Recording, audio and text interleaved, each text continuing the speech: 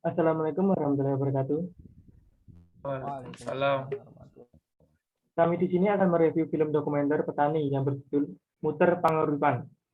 Saya, Aris Karasiwar Pendika, dengan NPM 5200411488 sebagai moderator. Kemudian rekan saya yang bernama Aziz Nur Rahman dengan NPM 5200411456.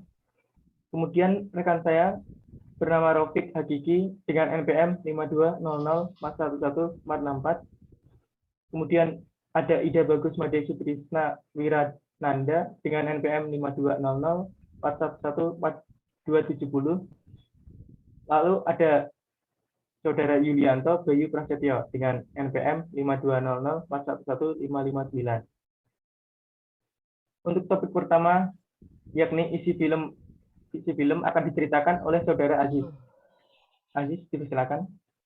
Oh iya, ini film dokumenter berjudul Muter Panguripan, ya, yaitu menceritakan seorang petani yang sudah menggeluti dunia pertanian selama 30 tahun lamanya. Petani tersebut bernama Ngatenu. Beliau memilih sebagai profesi sebagai petani karena menurut beliau menjadi petani itu tidak memikirkan apapun kecuali bertani saja. Dan menurut beliau ketika melihat lahan pertaniannya yang hijau dan lebat dan sehat, beliau sangat senang sekali. Dan menurut beliau petani itu adalah raja. Karena jika tidak ada petani, maka orang-orang pada bingung karena kebanyakan orang itu bahan pokoknya adalah dari petani. Terus hasil dari pertanian Pak Ngatenu itu sebagian dijual dan sebagian disimpan. Sebagian yang dijual adalah gabah yang belum menjadi beras, dan yang menjadi beras akan dikonsumsi sendiri. Seperti itulah mungkin kira-kira dari review film dokumenter berjudul Muter Panguripan.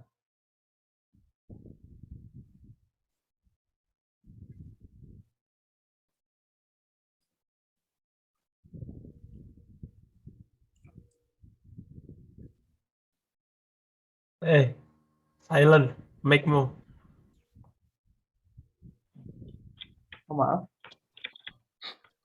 Untuk topik kedua, yakni mengaitkan isi Pancasila dengan film, akan saya ceritakan sendiri. Untuk keterkaitan isi film dengan sila pertama, yakni kegiatan bertani, seperti yang ada di video tersebut, menunjukkan rasa kepercayaan kepada Tuhan Yang Maha Esa, mempunyai rasa syukur dan nikmat kepada Tuhan karena telah melimpahkan hasil panen kepada para petani. Walaupun gagal panen, tetapi para petani tetap mensyukuri apapun hasilnya. Contohnya Bapak Ngatenu yang tawakal dengan hasil panen yang diolah, jika seumpamanya jelek, dipercaya besok hari hasilnya akan lebih baik. Kedua, keadilan yang adil dan beradab. Dalam sila kedua ini mempunyai nilai, yaitu sifat kegotong royongan para petani mengerjakan lahan yang karena satu bidang sawah. Ketiga, persatuan Indonesia. Dalam video tersebut, kegiatan bertani biasanya dilakukan bersama untuk satu bidang sawah. Hal ini memiliki keterkaitan pada sila ini karena melakukan bertani bersama dapat mempererat persatuan. Keempat, kerakyatan yang dipimpin oleh hikmat kebijaksanaan dalam permusyawaratan perwakilan. Dalam sila keempat ini, yaitu adanya peranan pemerintah dalam membangun pertanian desa, misalnya membangun TUD sebagai aspirasi petani dan membantu petani dalam pembiayaan prasarana. 5. Keadilan sosial bagi seluruh rakyat Indonesia. Dalam sila kelima ini mengandung keadilan petani berjuang untuk mensejahterakan rakyat dan hidupnya sendiri. Dan hasil panen yang didapat, misalnya petani menanam padi, lalu hasilnya dijualkan kepada produksi. Lalu bagian produksi akan memproduksi menjadi beras, lalu akan dijual kepada rakyat untuk kebutuhan pokok. Lalu untuk topik ketiga, yakni analisis mengenai kebijakan pemerintah terhadap kesejahteraan petani di Indonesia, akan disampaikan oleh Saudara Raufik. Kebijakan pemerintah terhadap kesejahteraan petani. Pemerintah pun telah menyusun kebijakan dalam menjaga rantai ketahanan pangan nasional. Di antaranya yang pertama adalah implementasi Undang-Undang Cipta Kerja terkait penyederhanaan percepatan, kepastian dalam perizinan, serta persetujuan ekspor ataupun impor.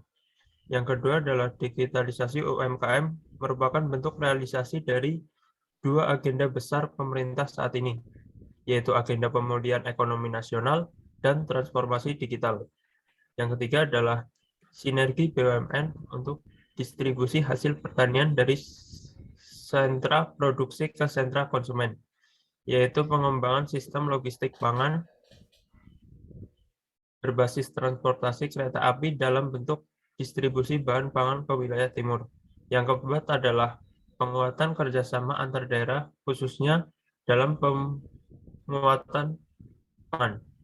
Yang kelima, pembentukan holding BUMN pangan dalam penguatan ekosistem pangan nasional.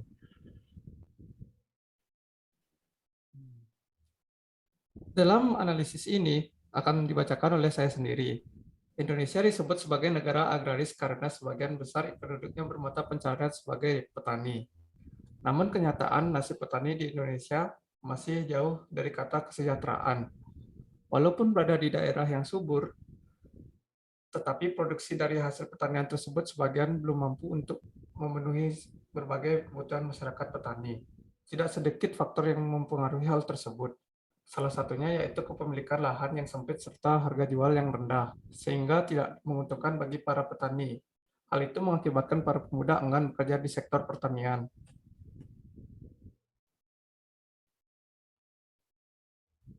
Solusi yang dapat kami berikan untuk permasalahan pertanian di Indonesia, yaitu dengan metode hidroponik.